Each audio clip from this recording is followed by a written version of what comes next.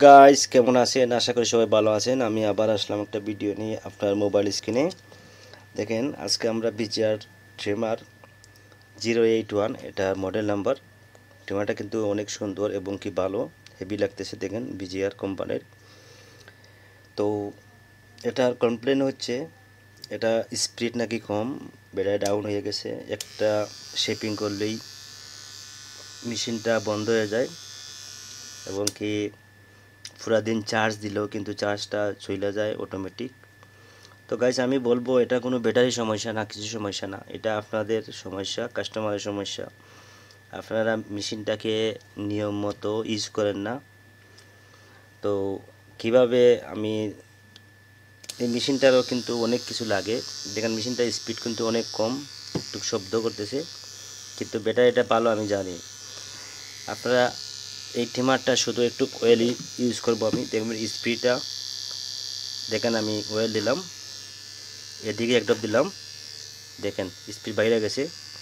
এখানে এক পিস দিলাম, দেখেন শব্দই বুঝতে পারতেছেন এটা মেশিন কিভাবে চলতেছে।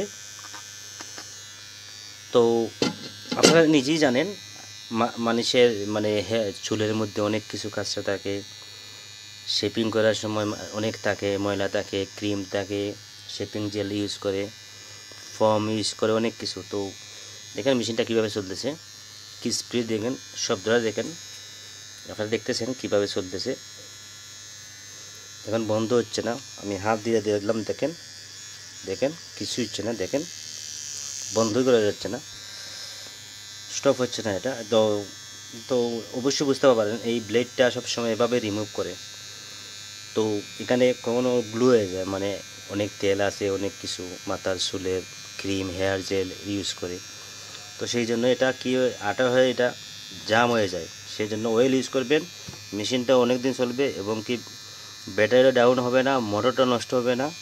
বাস এতটুকুই। আমি বাস কাস্টমার এভাবেই দেবো মেশিনটা, আর কিছু না, আর কোনো আমার রিপেয়ার করা লাগবে না এটা। তো আজ এই পর্যন্ত, আসবো নেক্সট ভিডিও নিয়ে। ভালো থাকবেন, বাই, টাটা।